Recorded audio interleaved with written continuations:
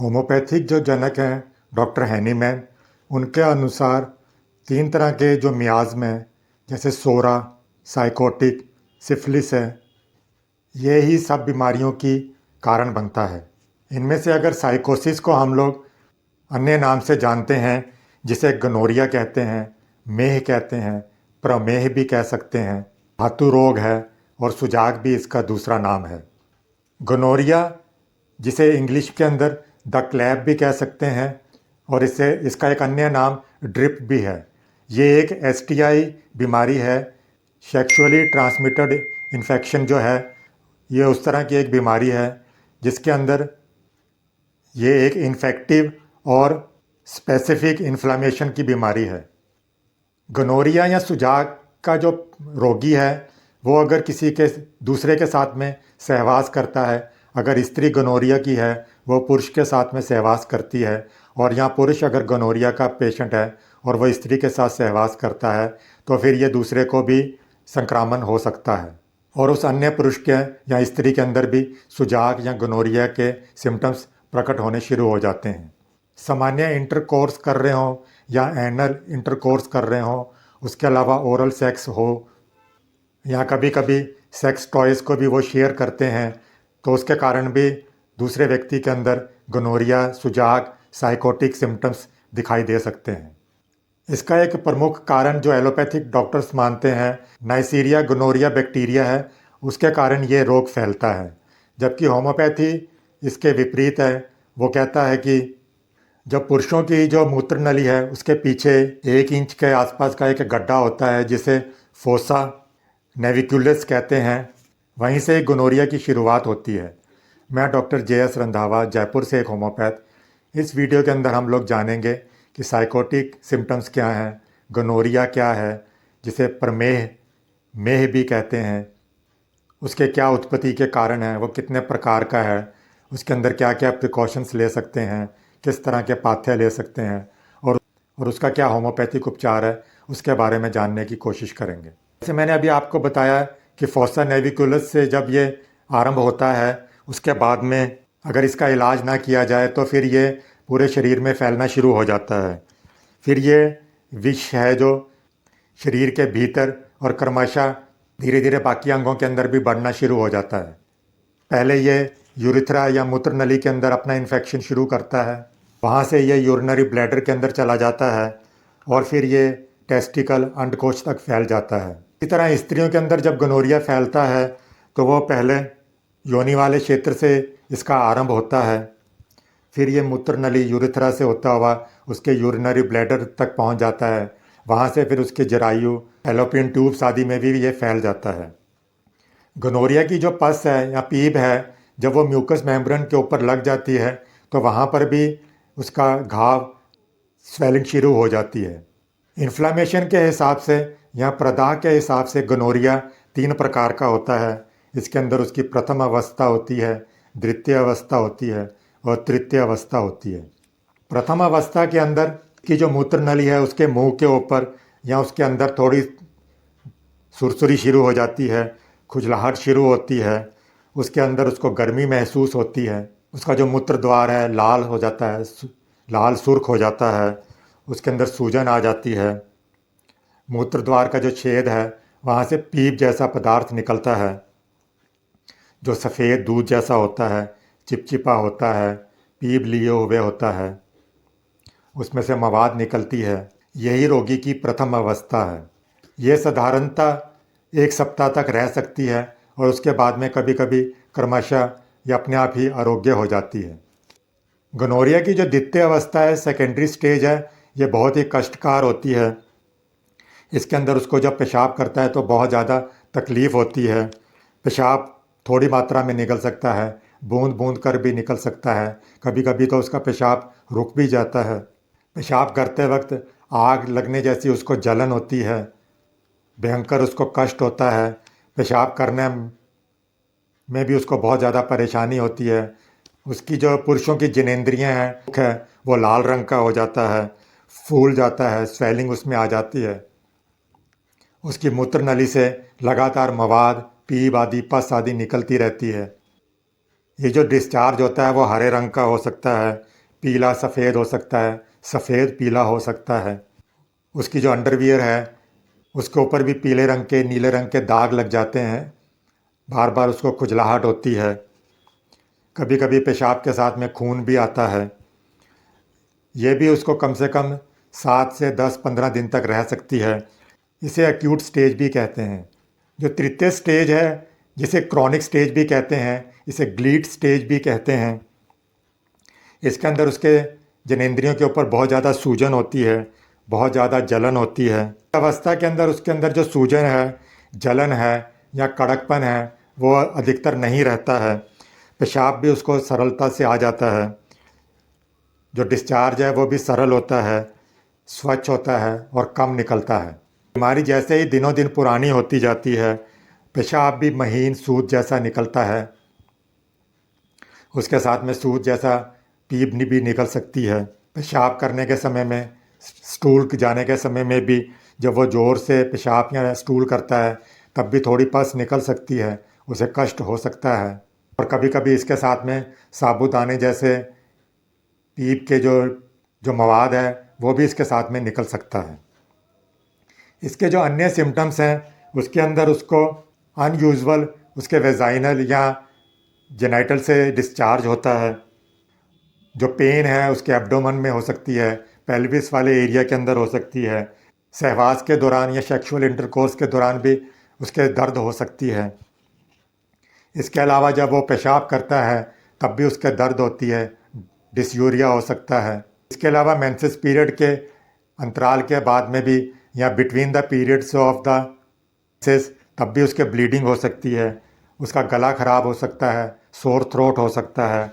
इसके अलावा उसके जो रेक्टम है, एनस है, वहाँ पर खुजली हो सकती है, वहाँ पे डिस्चार्ज हो सकता है, दर्द हो सकती है। इवन स्टूल करने के टाइम में भी उसको दर्द हो सकती है। साधारणतः जो गोनोरिया का इन्फ्लामेशन है वो उसकी मूत्र नली यूरिथ्रा के अंदर रहता है और उसके साथ में ही उसके कई तरह के उपसर्ग बनना शुरू हो जाते हैं। पर यहाँ पर अधिकतर जो उसके उपसर्ग हैं 7 प्रकार के होते हैं, जिसमें जो पहला प्रकार है जिसे कोर्डी कहते हैं। उसके अलावा बेलेनाइटिस होता है, फीमोसिस होता है, पैराफीमोसिस भी इसके अंदर हो जाता है। इसके अलावा पेरिनियल एब्सेस उसके हो जाते हैं, मलद्वार जनेंद्रियों के ऊपर घाव होते हैं, फोड़े फिंसियाँ होते हैं, रिटेंशन ऑफ द यूरिन हो जाता है। और जो 7वां प्रकार है उसके बाद में उसको स्ट्रिक्चर्स आदि भी दिखाई देते हैं। उसकी मूत्र नली यूरिथ्रा के अंदर भी स्ट्रिक्चर्स संकोचन होता है। जो पहला उपसर्ग है जिसे कॉर्डी कहते हैं, इसके अंदर painful erection of the penis है। इसमें जो उसकी जनेंद्री है वो बहुत ज़्यादा कड़ी हो जाती है, सीधी हो जाती है, कभी कभी टेढ़ी भी हो जाती है। उपसर्ग अधिकतर रात के समय में उसको ज़्यादा मिलता है। गोनोरिया या सुजाक के अंदर अधिकतर ये वाला जो उपसर्ग है, कॉर्डी या पेनफुल इरेक्शन, ये बहुत ज़्यादा साधारणतः पाया जाता है। जिन रोगियों को ये उपसर्ग 2-3 बार हो जाए या गोनोरिया 2-3 बार लगातार हो जाए तो उसके बाद में ये जो कॉर्डी है ये इतना कड़ापन या इतना हार्ड नहीं रहता है। इसके अलावा जो बेलेनाइटिस है, जिसके अंदर सुजाक के अंदर जो पेनिस का ग्लान है, जिसे हिंदी में सुपारी भी कहते हैं, उसके अंदर इन्फ्लामेशन शुरू हो जाता है। वहाँ पर सूजन होती है, ईचिंग होती है, वो सूज कर लाल सुर्ख हो जाता है, दर्द बहुत होती है उसको। इवन कपड़ा है उसकी रगड़ भी वो सहन नहीं कर सकता। अंदर उसको पीले रंग का बदबूदार डिस्चार्ज निकलता है। पीप है वो लसदार होती है, लेसदार होती है। कभी कभी जो उसकी जो लिंग का अंग है जिसे सुपारी कहते हैं वो बहुत ज़्यादा लाल रंग का हो जाता है, वहाँ पर जख्म भी हो जाते हैं। उसके बाद में अपने आप भी कभी कभी ये ठीक हो जाते हैं। ये जो घाव हैं इसको हम लोग डिफ्रेंशिएट शैंकर से भी कर सकते हैं, जो सिफिलिस के अंदर होता है। इसके अंदर जो बच्चे हैं अगर उनके अंदर ब्लेनाइटिस हो तो वो रुग्ण हो जाते हैं। उनके जो लिंग की चमड़ी है लंबी ढीली हो सकती है। इसका जो तीसरा उपसर्ग है जिसे फिबोसिस कहते हैं, इसके अंदर जो उसका लिंग का अग्रभाग है जिसे सुपारी कहते हैं, ग्लांस ऑफ पेनिस कहते हैं, उसकी जो चमड़ी होती है वो सिकुड़ जाती है, लंबी हो जाती है। इतनी ज़्यादा सिकुड़ जाती है कि उसका जो पेनिस का जो मुख द्वार है वो बंद हो जाता है और इसे ही फिमोसिस कहते हैं। सुपारी के ऊपर जो स्किन होती है जिसे प्रीपूस कहते हैं, इसके अंदर खुजली अधिकतर नहीं रहती है इसके अंदर, लेकिन जो चमड़ी है वो एक तरफ थी है और उससे के कारण उसकी जो सुपारी है वो बंद हो जाती है। लिंग द्वार का जो मुख है उसके ऊपर फटे फटे घाव हो सकते हैं, वो चमड़ी फट सकती है।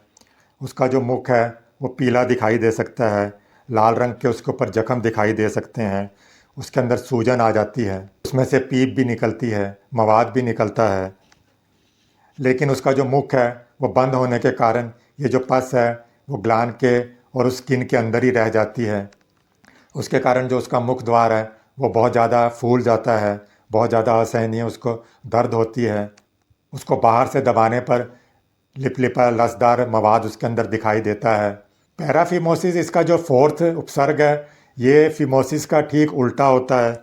इसके अंदर जो उसका लिंक या सुपारी के ऊपर जो कवरिंग होती है उसका इन्फ्लामेशन होने के बाद में उसकी जो चमड़ी है वो उल्टी तरफ सिकुड़ जाती है, यानी इसके अंदर जो सुपारी है वो खुली रहती है, वो नंगी हो जाती है, प्रायः ये फूल जाती है, अपने निर्धारित स्थान के ऊपर ये नहीं जा पाती है।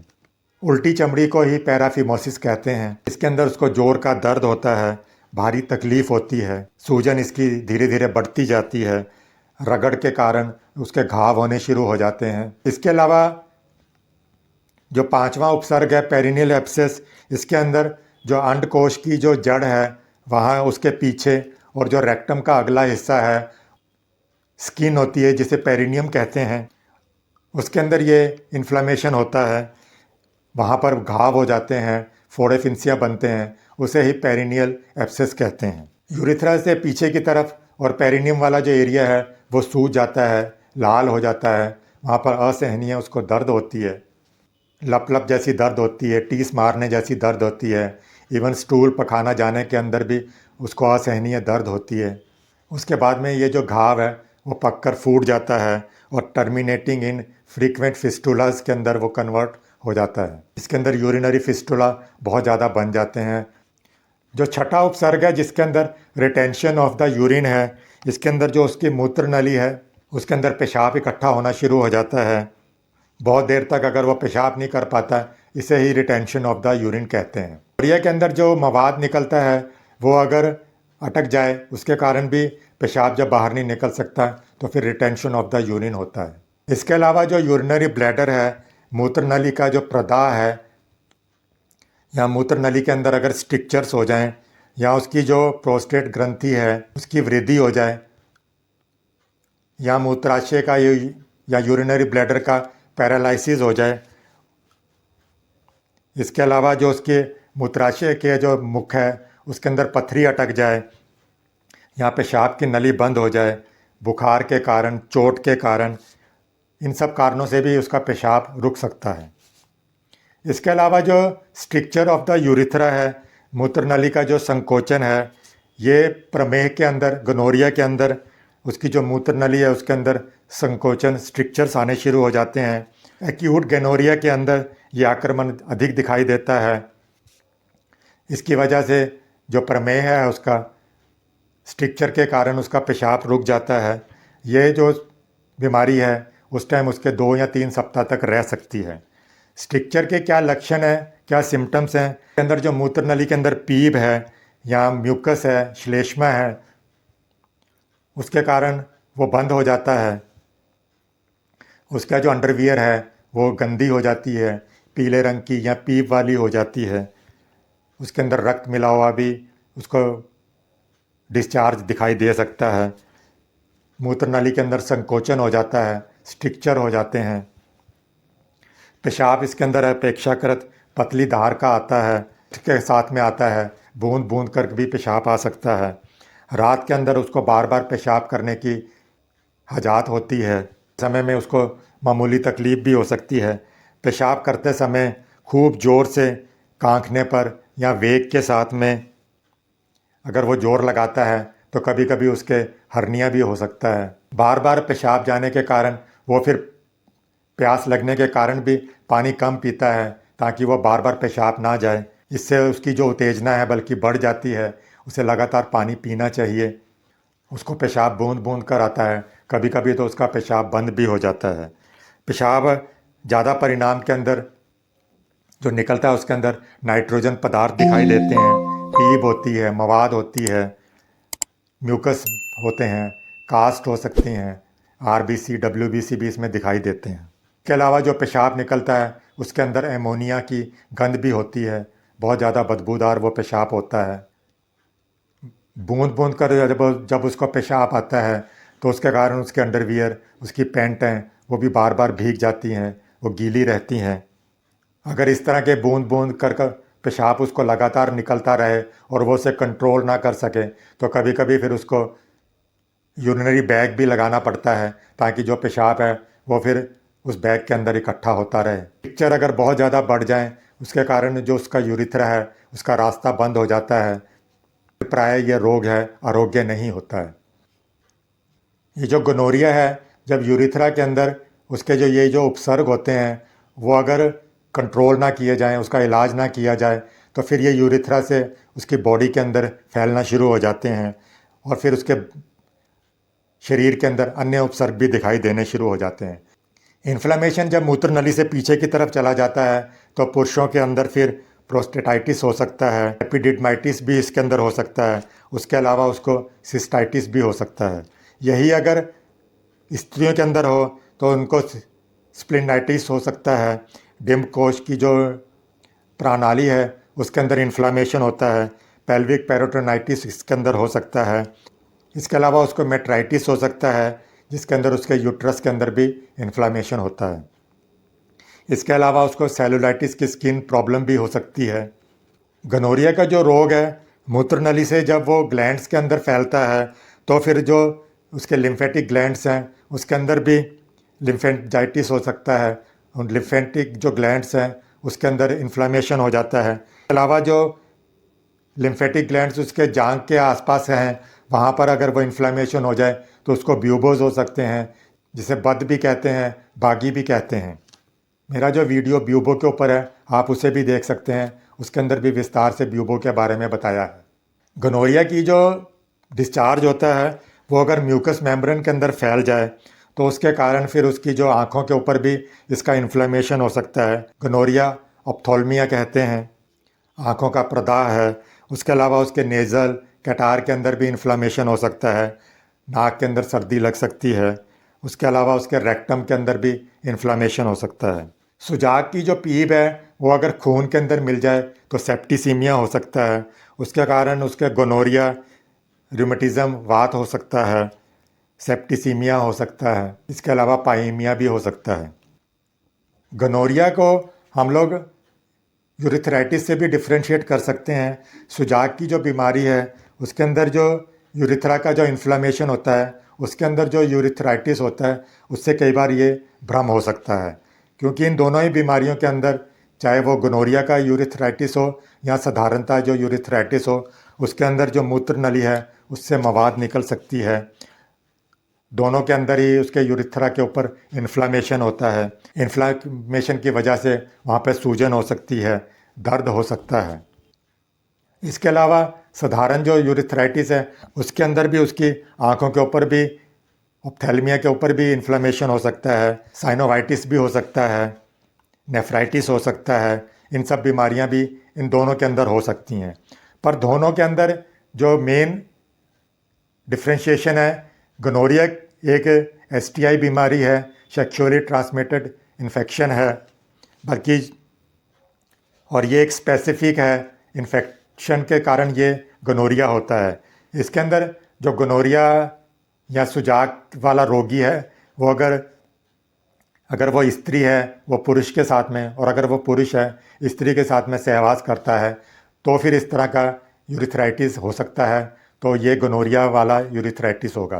पर अगर ये इन कारणों से नहीं होता है, ये साधारणतः अगर हो, चोट लगने के कारण हो या मूत्र नली के अंदर कैथेटर डालने के कारण हो, वात के कारण, रूमेटिज्म के कारण हो, या कभी कभी वॉर्म्स हैं, छोटे छोटे कृमि हैं, वो उसके यूरिथ्रा के अंदर अटक जाएं, फंस जाएं, तो भी जो यूरिथ्राइटिस होता है वो साधारण यूरिथ्राइटिस होता है।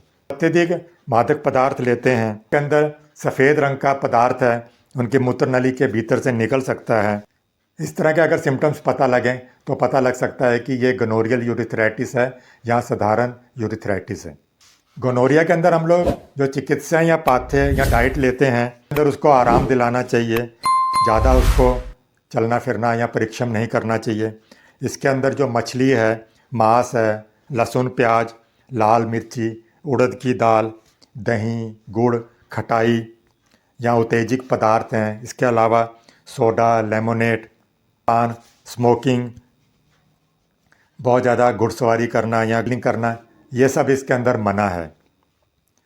गर्म पानी के अंदर आर्निका जो मदर टिंचर है उसकी 10-20 बूंदें डालकर उससे भी उसकी सफाई करनी चाहिए।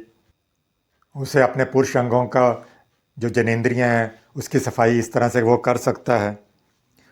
गोनोरिया की बीमारी अगर एक बार ठीक हो जाए तो ये कुछ दिनों तक उसको आराम मिल सकता है, लेकिन वो पूरी तरह से ठीक नहीं होती। कुछ दोबारा उसके सिम्टम्स फिर से आ सकते हैं।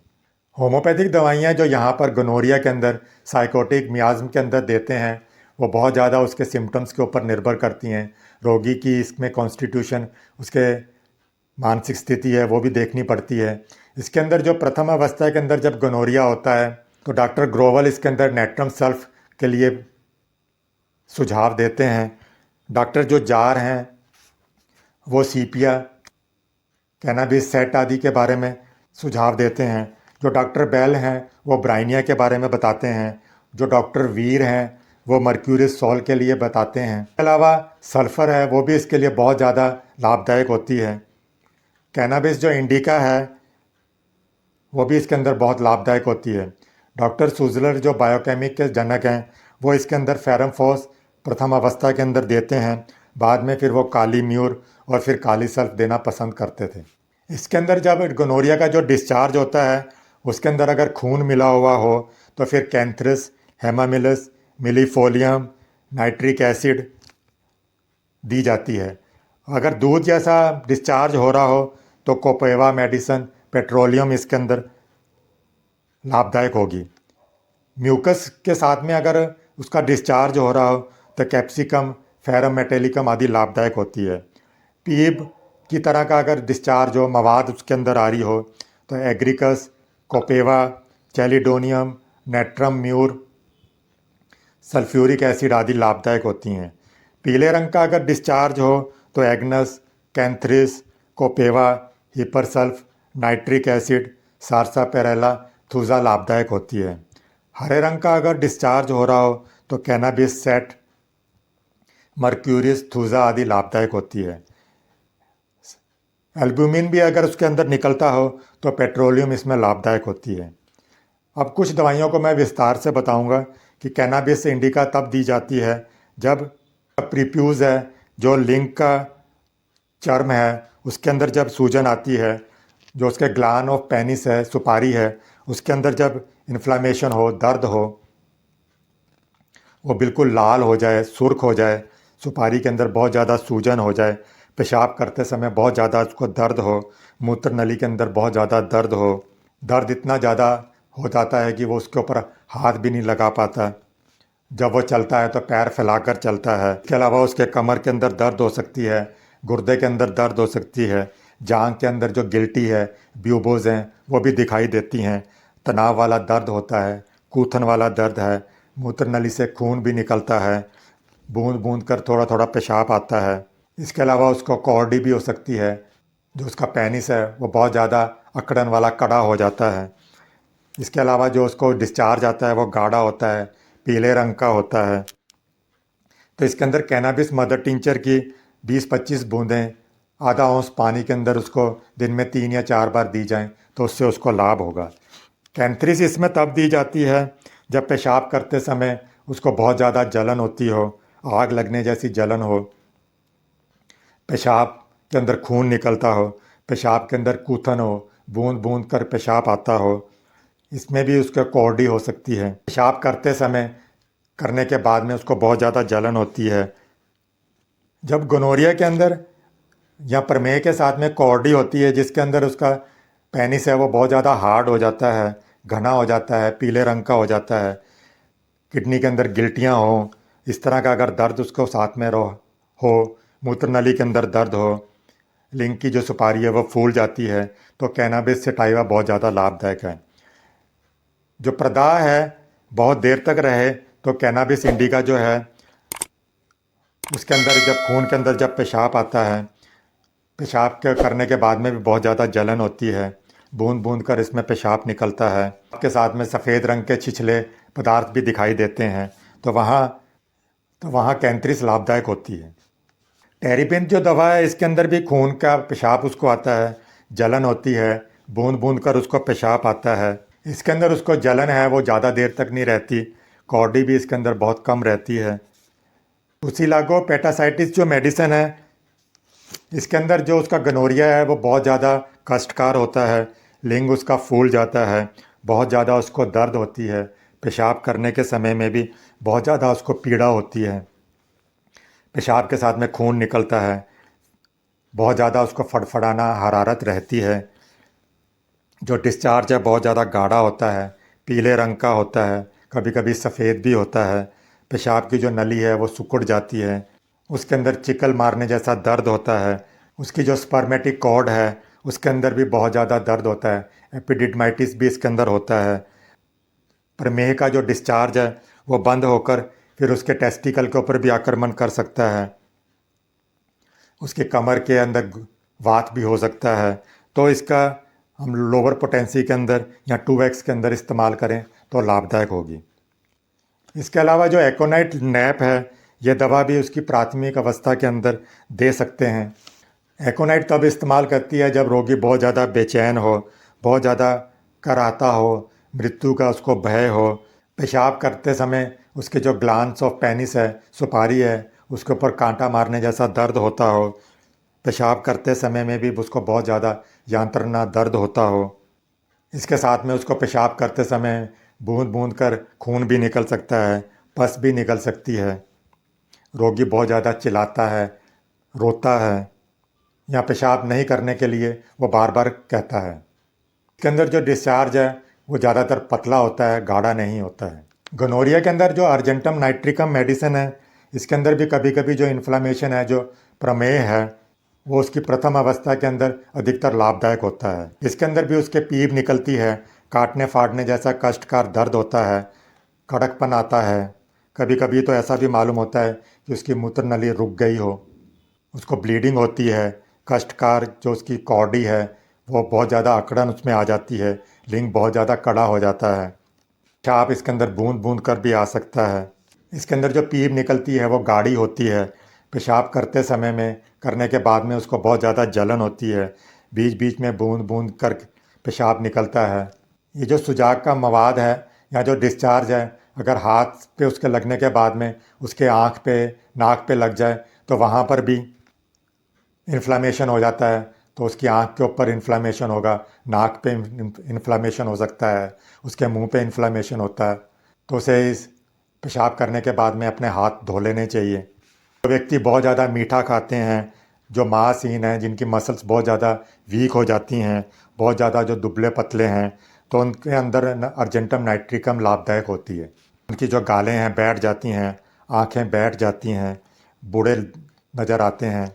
इरेक्थियाइटिस जो मेडिसिन है ये जो कैंथ्रिस और टेरिबिंथ है उनके समान ही ये औषधि होती है। इसके अंदर भी उसके रक्त के अंदर पेशाब आता है, बहुत ज़्यादा उसको जलन होती है, कड़कपन, कॉर्डिस, इन्फ्लामेशन इसके अंदर रहता है, ब्लीड जो स्टेज है वो भी इसके अंदर दिखाई देती है।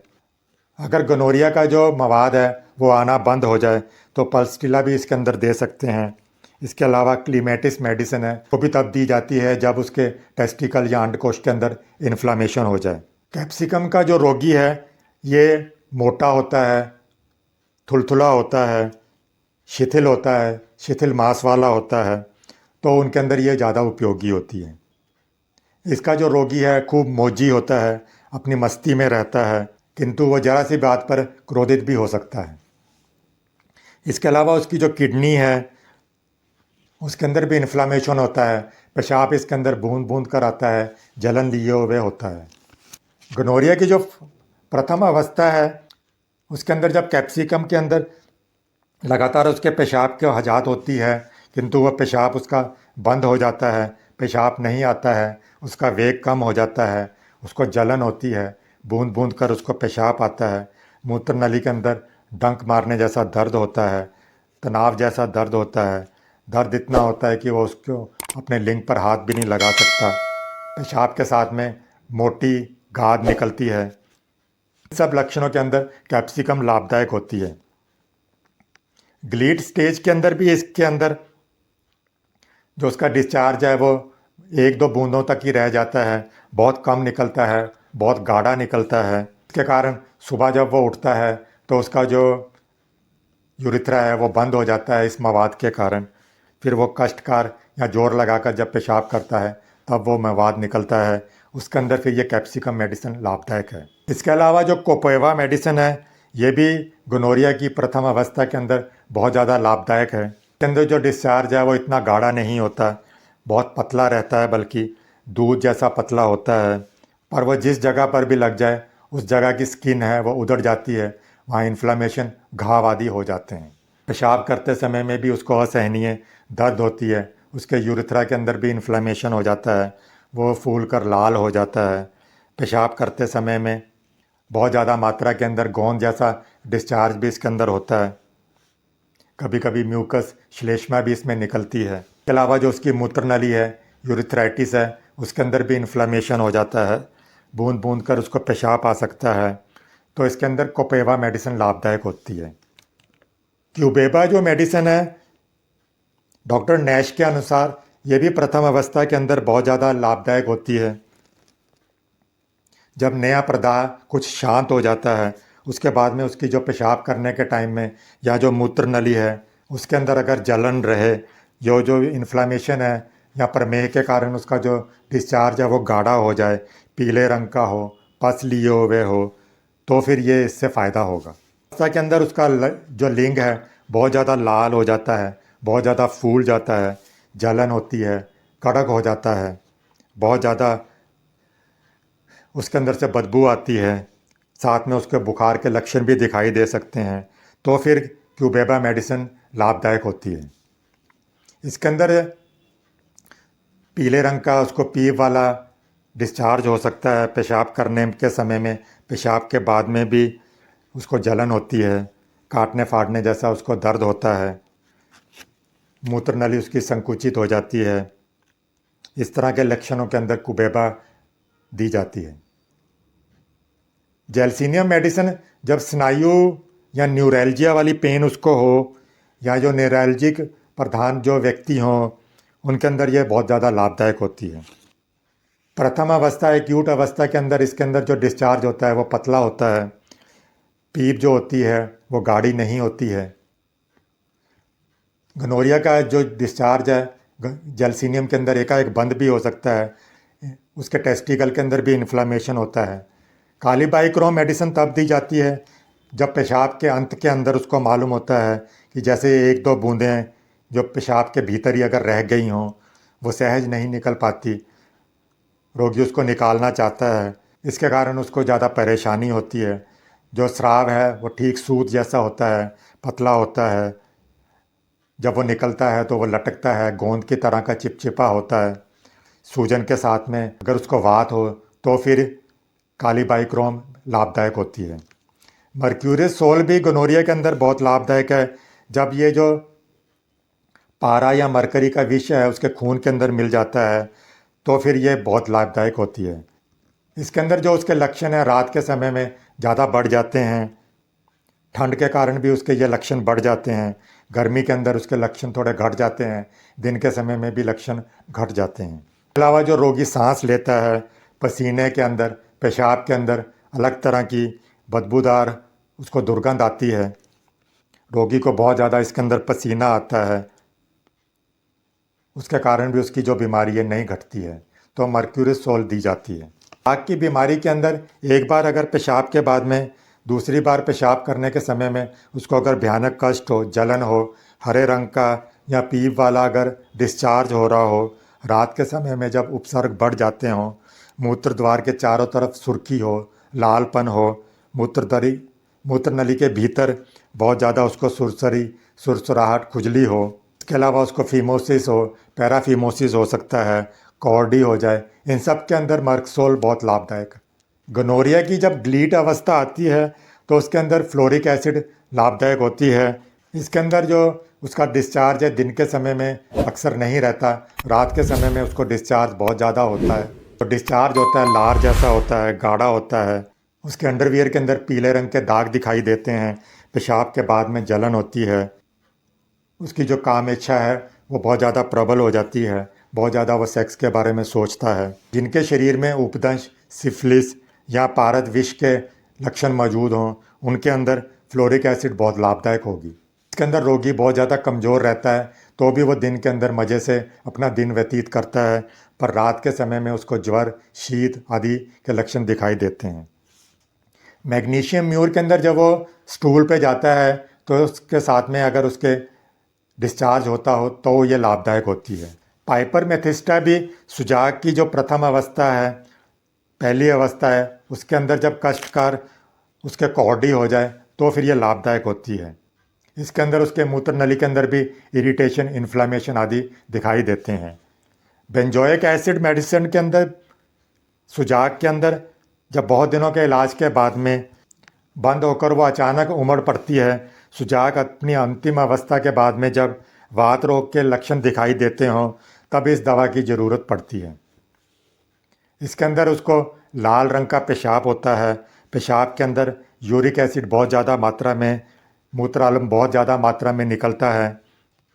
पेशाब के अंदर घोड़े के पेशाब की तरह की गंध दिखाई देती है। एग्नस जो कैक्टस मेडिसिन है, उसके अंदर जो उसके मूत्र द्वार है, उसके अंदर सफ़ेद रंग की जो सड़ी हुई पीप निकलती है वो लसदार होता है। एलुमिन मेडिसिन, इसके अंदर जो डिस्चार्ज होता है वो पीले रंग का होता है। ढीली ढीली सी पीप दिखाई देती है। पेशाब के समय में भी उसको जलन होती है। मूत्र नली के अंदर सूजन होती है। यूरिथ्रा के अंदर सूजन होती है, खुजली होती है। इसके अलावा उसकी जांघ पर ब्यूबोस, बागी आदि भी लक्षण दिखाई देते हैं। उसके लिम्फेटिक ग्लैंड्स हैं, वो जांघ वाले एरिया के अंदर फूल जाते हैं। इसके अलावा डिस्चार्ज ऑफ प्रोस्टेटिक फ्लूइड भी इसके अंदर दिखाई देता है। तो एल्यूमिन इसके अंदर लाभदायक होती है। पखाना जब करता है तो उसका जो वेग है, उसके साथ में अनजाने में ही दूध जैसा सफ़ेद पदार्थ उसके यूरिथ्रा से भी निकलता है। रोगी को एलुमिनिया के अंदर अक्सर कब्ज रहती है। सिनाबेरिस जो मेडिसिन है, गर्मी के अंदर जब गर्मी की बीमारी वाले रोगी को अगर सुजाक हो जाए, यानी सिफिलिस वाले रोगी को अगर गोनोरिया हो जाए, तो इसके अंदर सिफिलिस और जो साइकोटिक मियाज़ में दोनों आपस में जब मिल जाते हैं तो फिर ये बहुत ज़्यादा लाभदायक होती है। बार बार उसको कभी सुजाक होता है, फिर कभी उसको गोनोरिया, कभी उसको सिफिलिस हो जाती है। इस तरह के जो लक्षण उसमें दिखाई देते हैं, चर्म रोग का वो शिकार हो जाता है, तो फिर सिनाबेरिस मेडिसिन लाभदायक होती है। क्लीमेटिस मेडिसिन के अंदर भी जो सुजाक का जो मवाद है जब आना बंद हो जाता है, श्लेष्मा इसके अंदर प्रधान होती है।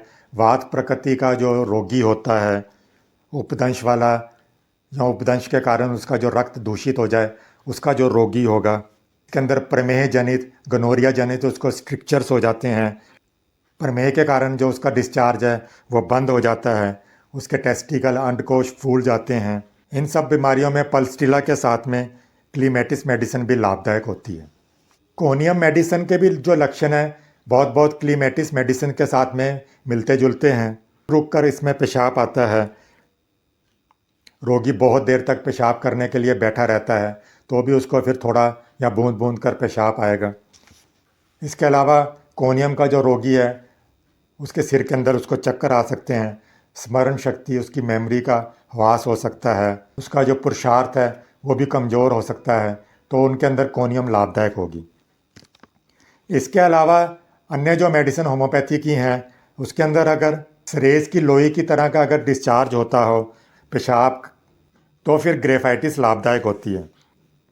सफ़ेद रंग की पतली पीप आ रही हो, उसके अंदर जलन हो,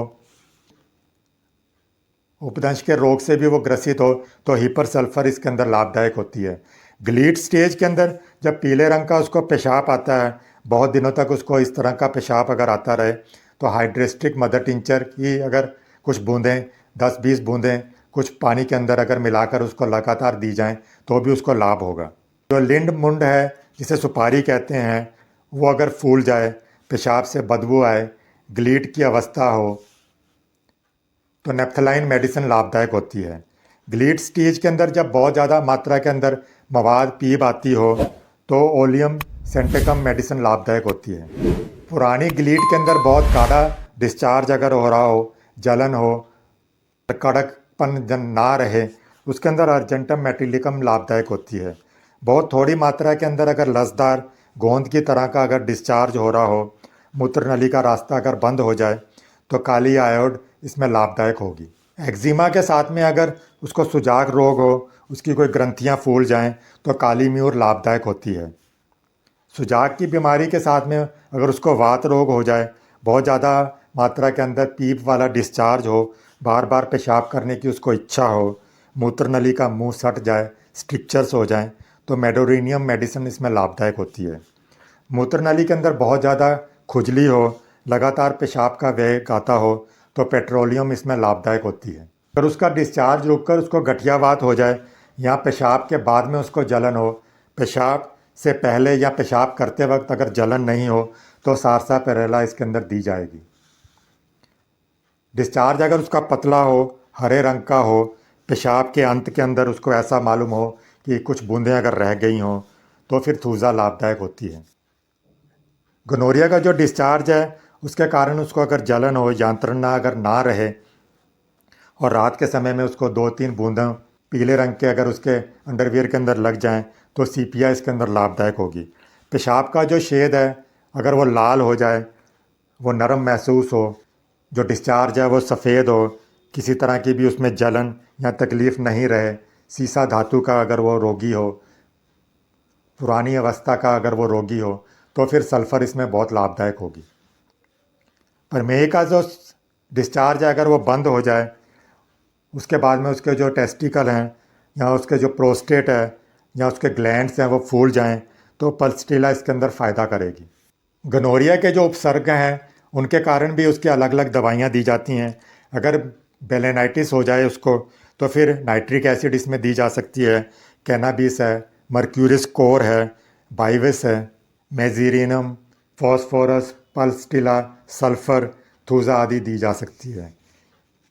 पीड़ादायक उसका अगर लिंग का कड़ापन हो, जिसे कॉर्डी कहते हैं, तो कैनाबिस, कैंथ्रिस, कैप्सिकम और जैकरेंडा मेडिसिन इसमें लाभदायक होगी। अगर बहुत ज़्यादा उसे काम इच्छा हो, स्त्री सहवास की इच्छा हो, तो फॉस्फोरस, जेल्सिनियम, कैनाबिस और कैंथ्रिस इसमें लाभदायक होगी। मूत्र नली से अगर रक्तस्राव उसको होता हो तो एकोनाइट, अर्जेंटम नाइट्रिकम, कैंथ्रिस, चिमाफिलिया, हेमोमिलिस, मर्ककोर और टेरिबिंथ इसमें लाभदायक होगी। पेरिनियम के अंदर अगर उसके फोड़ा हो जाए तो मर्क्यूरिस कोर है, मेरिस्टिका मेडिसन, बेलाडोना, हिपरसल्फ, साइलेशिया। पेरिनियम के दर्द के अंदर ओलियम सेंट्रल मेडिसिन लाभदायक होगी। उसके अगर उसके लिंग के अंदर खुजली होती हो तो कैलकेरिया कार, कॉस्टिकम, मर्क्यूरिस सोल आदि लाभदायक होगी। उसकी जो लिंग की त्वचा है उसके अंदर अगर उद्वेग हो जाएं, उसके अंदर इरप्शंस आ जाएं तो arsenic, Merc Sol, conium, Calcarea, sulphur आदि लाभदायक होगी। फिमोसिस के अंदर मर्कसोल, कैनाबिस, जैकरेंडा इसमें लाभदायक होगी। जबकि जो उल्टी चमड़ी है या पैराफिमोसिस है उसके अंदर नेप्थेलाइन मेडिसिन लाभदायक होगी। यूरिथ्राइटिस के अंदर या मूत्र नली का जब इन्फ्लेमेशन हो जाता है तो एकोनाइट, कैंथ्रिस, जेल्सिनियम, पल्सटिला, आर्सेनिक, एपिस, सल्फ़र इसमें लाभदायक होगी। वेरिकोसील अगर इसके साथ में हो जाए तो हेमामिलस मेडिसिन दी जाती है। उसके अलावा arnica, acid mur, acid fluor, sulphuric acid भी लाभदायक होगी। हाइड्रोसील अगर उसको हो जाए तो एपोसाइनम, मर्क आयोड और पल्सटिला आदि लाभदायक होगी। इसके अंदर अगर उसको स्ट्रिक्चर्स हो जाएं तो cantharis, belladonna, digitalis, phosphorus, gelsemium, sulphuric acid, sulphur, calcarea carb आदि लाभदायक होगी। गोनोरिया का अगर रोगी का अगर चक्षु इन्फ्लामेशन हो जाए, चक्षु प्रदाह हो, उसके ब्रेस्ट के ऊपर इन्फ्लामेशन हो जाए तो thuja, argentum nitricum, sulphur, arsenic, mercurius cor, hydrastis, nitric acid लाभदायक होगी। गोनोरिया के कारण अगर उसको वात रोग हो जाए तो मर्क वाइवस, आयोडियम, मेजीरिनियम, एसिड नाइट्रिक, काली हाइड्रो, मेडोरिनियम और जैक्रेंडा मेडिसिन आदि लाभदायक होंगी। मत्स्य की तरह अगर उद्भिद हो, उसको अगर वाट्स भी निकलते हों तो नाइट्रिक एसिड है, हाइड्रेस्टिक थूजा आदि लाभदायक होगी। यहाँ पर मैंने जो भी होम्योपैथिक दवाइयाँ बताई हैं वो किसी योग्य होम्योपैथिक चिकित्सक की सलाह पर ही लें, उससे सलाह मशवरा करके ही लें। अगर आपको ये वीडियो अच्छा लगा हो तो इसे लाइक कीजिएगा। अगर इस चैनल पर नए हैं तो इसे सब्सक्राइब भी कीजिएगा। बेल आइकॉन को भी ऑन रखें ताकि जब भी नया वीडियो आए तो आपको वो मिस ना हो सके। आप इसे अपने दोस्तों, रिश्तेदारों में भी शेयर कीजिए ताकि वो भी इसका लाभ उठा सकें। अगर आपका कोई सुझाव हो, कोई प्रश्न हो तो आप कमेंट के अंदर लिख सकते हैं, मैं उसका उत्तर देने की पूरी कोशिश करूँगा। अगर आप कोई इसी और बीमारी का वीडियो चाहते हों तो आप वो भी कमेंट के अंदर लिख सकते हैं, मैं उसको भी बनाने की पूरी कोशिश करूँगा। इस वीडियो के अंदर बस इतना ही। मिलते हैं एक नई रोचक जानकारी के साथ में नए वीडियो के अंदर। तब तक आप खुश रहें, स्वस्थ रहें।